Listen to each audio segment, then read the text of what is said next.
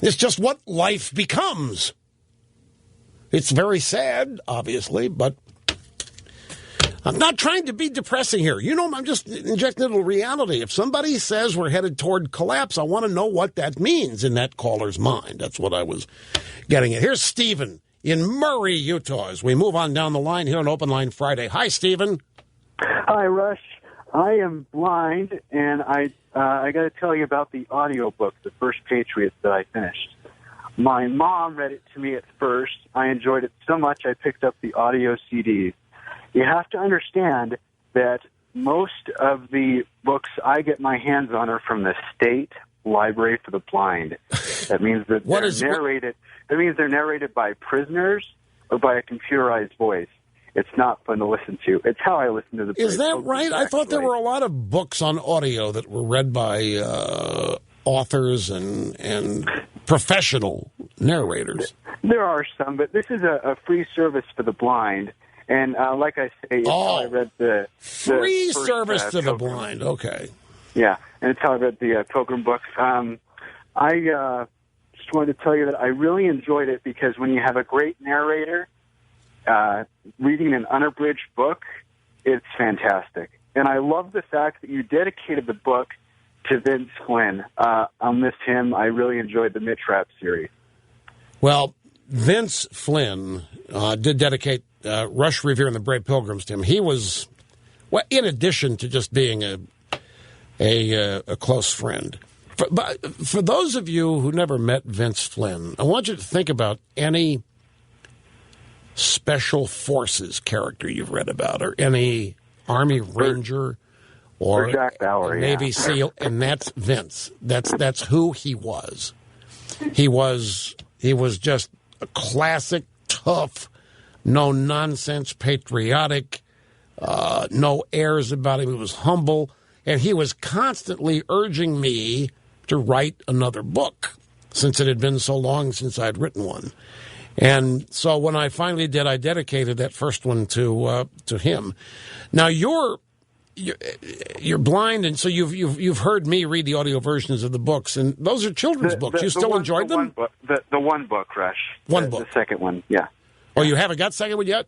I haven't got the first one. Well, wait a minute. How did you hear me read the first one? Through the computerized voice, through the services for the blind. Oh, I misunderstood. I thought So I got the second book on CD, have not heard you read the first one. Okay, I may have to start over. Your book was read, my book was read to you.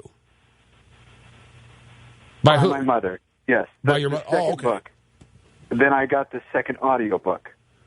But you haven't heard it yet? I haven't heard the first Pilgrim book. I haven't heard the Brave Pilgrim book read by you. Okay, you've heard the second one, but you haven't heard the first one. That's right. Okay, all right. And you liked it? I liked it, yeah. I really liked it. It was very well done. Well, do you have the CDs, the audio version of the first one? Do you have it handy? I do not. Well, I'll send that to you. That's where I was headed with this. I thought that'd be fantastic. Yeah, I'd appreciate that. But these are children's books. You're an adult. What is it you like about these? The fact that there's a good narrator reading it, and that it's unabridged. Not abridged. That is a big deal to people who can't read. It is a big deal, and people that aren't familiar with audiobooks don't get it. They don't understand it. And I think the fact of having a good narrator, that fact is sometimes overlooked by people. A good narrator can make an audiobook. A bad narrator can break it. Yes, yeah, when that's the only way that you can experience the book. If it's somebody that's just in a monotone, plowing through it without any inflection or feeling or emoting, it can be boring and laborious, actually, for you to have to experience. Yes. And well, you made my day here, because you know what? I'm going to tell you something, Stephen. The reason you made I am really proud of these audio versions. Each one of them took about 4 days to do, 4 hours each day. And some days my voice wasn't all there, so we had to wait an hour or two till it came back.